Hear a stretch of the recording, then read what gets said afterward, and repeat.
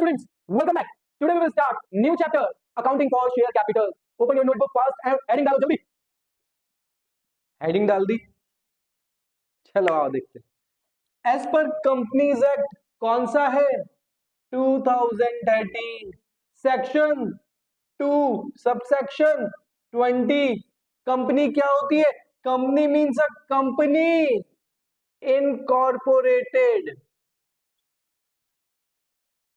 Incorporated का मतलब registration.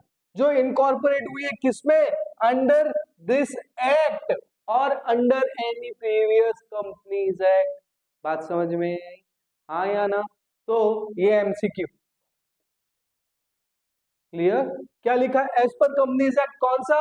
2013 section कौन सा?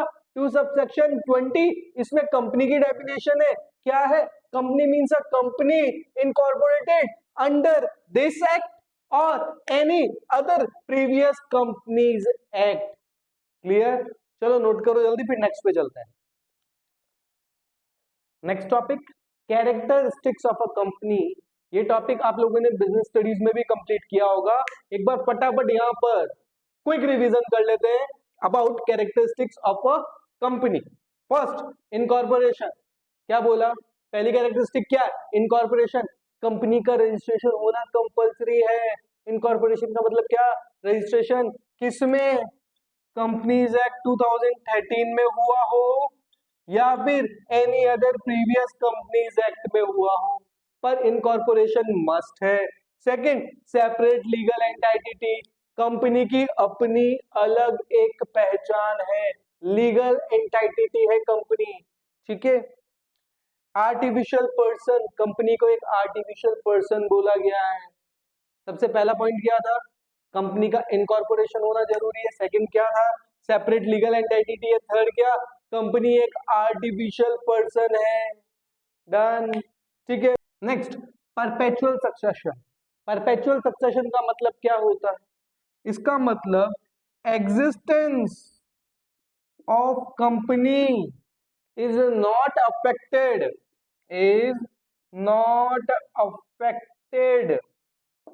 by death, lunacy or bankruptcy of its members or shareholder.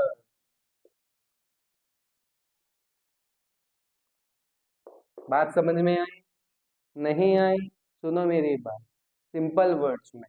Perpetual succession का मतलब क्या होता है कि कंपनी की existence is not affected by, अगर किसी भी मेंबर की डेथ हो जाती है या शेयर होल्डर की डेथ हो जाती है या मेंबर और शेयर होल्डर पागल हो जाता है या फिर मेंबर और शेयर होल्डर बैंकरप्ट हो जाता है, इंसॉल्वेंट हो जाता है, इससे कंपनी अफेक्टेड नहीं होती. कंपनी कंटिन्यू रहती है. बात समझ में आई? हाँ या ना? परपेचुअल सक्सेशन का मतलब समझ में आया? क्या है? Existence of company is not affected by death, lunacy और बैंकरप्सी ऑफ इट्स मेंबर्स और its share holders. Clear. Next, limited liability. अब अगर लिमिटेड लायबिलिटी की बात करें तो दो तरीके की liability. Limited by shares liability, limited by shares liability, limited by guarantee. Limited by shares में क्या है? Limited to the value of shares subscribe.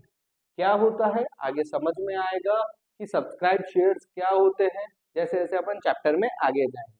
Clear. यहाँ पर लिमिटेड बाय गारंटी, जितना शेयर होल्डर ने बोल दिया कि मैं इतने की गारंटी दूंगा, हम उतनी उसकी लायबिलिटी है. क्या? Amount guaranteed to be paid at the time of winding up. Winding up के टाइम पे बोला कि मैं इतना अमाउंट गारंटीड मैं दूंगा, उसको बोलते हैं limited by guarantee. Transferability of shares. Public company के शेयर्स फ्रीली ट्रांसफर किए जा सकते हैं, प्राइवेट कंपनी के नहीं. प्राइवेट कंपनी के shares as per the article of association ही ट्रांसफर किए जा सकते हैं. क्लियर.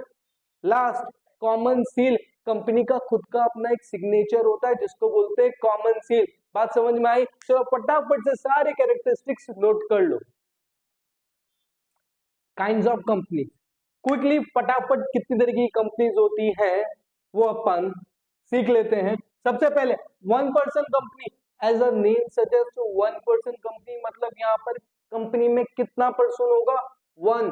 ठीक है, सेक्शन कौन सा है, section 2 subsection 62 MCQ. Section 2 subsection 62 defines one person company क्या होता है, OPC. One person company means a company which has only one person as a member. Clear? अब its paid up share capital is not more than 50 lakh. Paid up share capital क्या 50 लाख से ज्यादा नहीं होनी चाहिए। Third, its annual average turnover of 3 years should not exceed of ₹2 crore. बात समझ में आई? ये इंपॉर्टेंट पॉइंट्स है वन पर्सन कंपनी के, जिसपे आपके एमसीक्यू बनते हैं। सबसे पहले इसका सेक्शन क्या है फटाफट बता दो, सेक्शन 2 सबसेक्शन 62।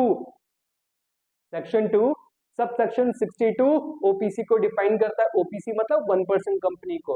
क्लियर? उसके बाद क्या, देखो पेड अप शेयर कैपिटल कितनी, सिर्फ और सिर्फ कितनी, 50 लाख। 50 लाख से ज्यादा नहीं हो सकती। थर्ड क्या, एवरेज टर्नओवर ऑफ 3 years कितना, 2 करोड़, इससे ज्यादा नहीं होना चाहिए। बात समझ में आई? फटाफट से नोट कर लो इन पॉइंट्स को जल्दी। प्राइवेट कंपनी, आप सब लोगों को पता होगा कि प्राइवेट कंपनी क्या होती है, पर मैं यहाँ पर सिर्फ इंपॉर्टेंट पॉइंट्स बता रहा हूँ जो हमारे एमसीक्यूज में पूछे जा सकते हैं। पहला पॉइंट क्या, सेक्शन, किस सेक्शन में डेफिनेशन है, section 2 subsection 68 of companies act. बताओ कौन सा, यस 2013। मेंबर्स कितने होने चाहिए, मिनिमम 2, मैक्सिमम कितने, 200। Prohibit any invitation to public, private company IPO initial public offer या फिर पब्लिक को शेयर इशू नहीं कर सकती। बात समझ में आई? क्लियर? मिनिमम 2 डायरेक्टर्स होने चाहिए, बट 15 डायरेक्टर से ज्यादा नहीं हो सकते।